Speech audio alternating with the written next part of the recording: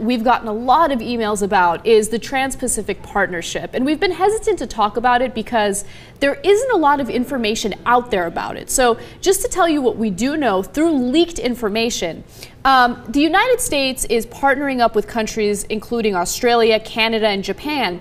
And they're signing something that's kind of hidden under a free trade agreement. And basically, under this free trade agreement, there would be a section that would pass this law that would help protect companies from copyright infringement. And it's very similar to what we've heard when it comes to SOPA. Here's one thing that's very, very clear about this. These governments are being very, very quiet about it, and everything is on the down low. So that in and of itself makes me realize that something sketchy is going on. All the information that we do know has been leaked to us, and there are several tech websites that are writing about it. Just to give you a little more broad information about it, under the Trans-Pacific Partnership, 3-strike policies and laws that require internet intermediaries to terminate their users' internet access on repeat allegations of copyright infringement. Seems very similar to SOPA. Requirements for internet intermediaries to filter all internet communications for potentially copyright infringing material. Again, very similar to SOPA. And finally, ISP obligations to block access to websites that allegedly infringe or facilitate copyright infringement.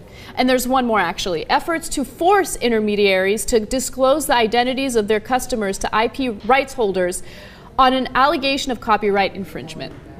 Again, all of this sounds very, very similar to SOPA, and I knew that this would happen. By the way, they're trying to pass these laws under a free trade agreement.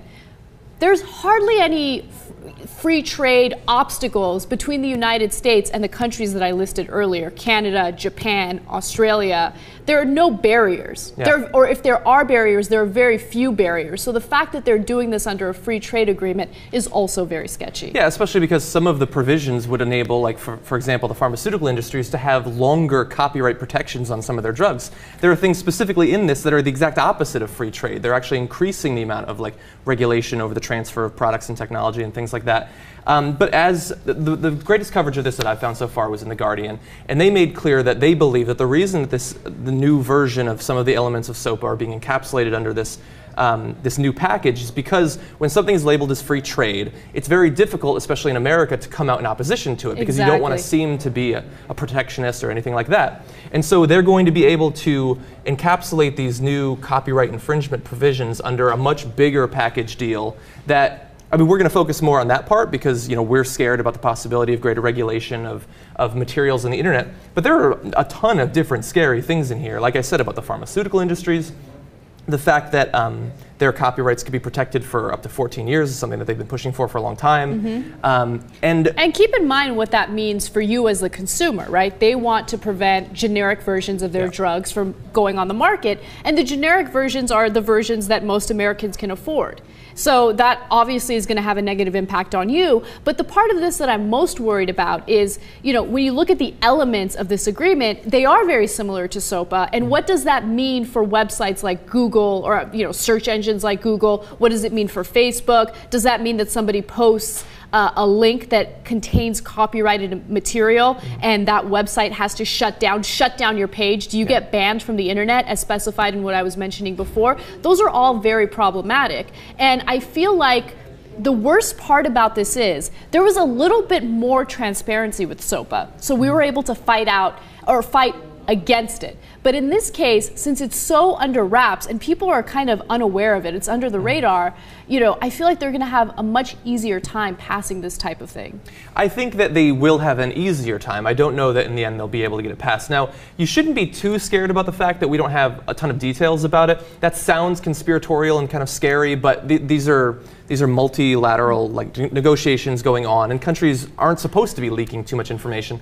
But the fact that, as The Guardian points out, top executives at General Electric, Goldman Sachs, Pfizer, other companies like this very likely do have much more information about this deal than the members of relevant congressional committees. That's a little bit scarier.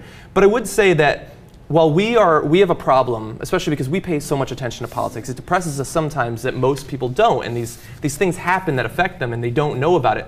This is the one area where I think that the internet, and particularly communities on Reddit, have been the best at informing people about and mobilizing them in opposition to SOPA, for instance. And so I would imagine that if people aren't too distracted by the RNC and the DNC, that this will actually get a lot of coverage, at least on the internet, and you might see some pushback before it moves too far towards being a completed agreement. I definitely see this as something that will be on Reddit's radar. I read about this on Boing Boing, which is kind of like a strange, but honestly, like it's an unconventional source of media, right? It's not something that you hear about in the mainstream, but that's kind of it kind of goes to show my point that when it comes to this kind of news that has to do with your rights on the internet, you usually get it from like these fringe websites. And I'm not saying Boing Boing is a fringe website, but you get what I'm saying. Extremists. It's not a mainstream. It's not like abcnews.com Yeah. or some MSNBC.com or anything like that.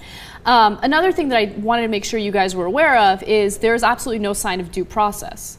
So if you are accused of linking to or including copyrighted material on your website, they can just shut it down without any due process. And that's another huge issue with this, very similar to what we saw with SOPA. And just two last final points. One of the scariest things about this is that while it would be very difficult to pass something like SOPA again, now that it's on people's radar, trade negotiations like this are particularly problematic because they can force Congress to comply with the trade negotiations. And so this circumvents going through Congress. But finally, I think it's interesting that once again we might end up having to rely on WikiLeaks.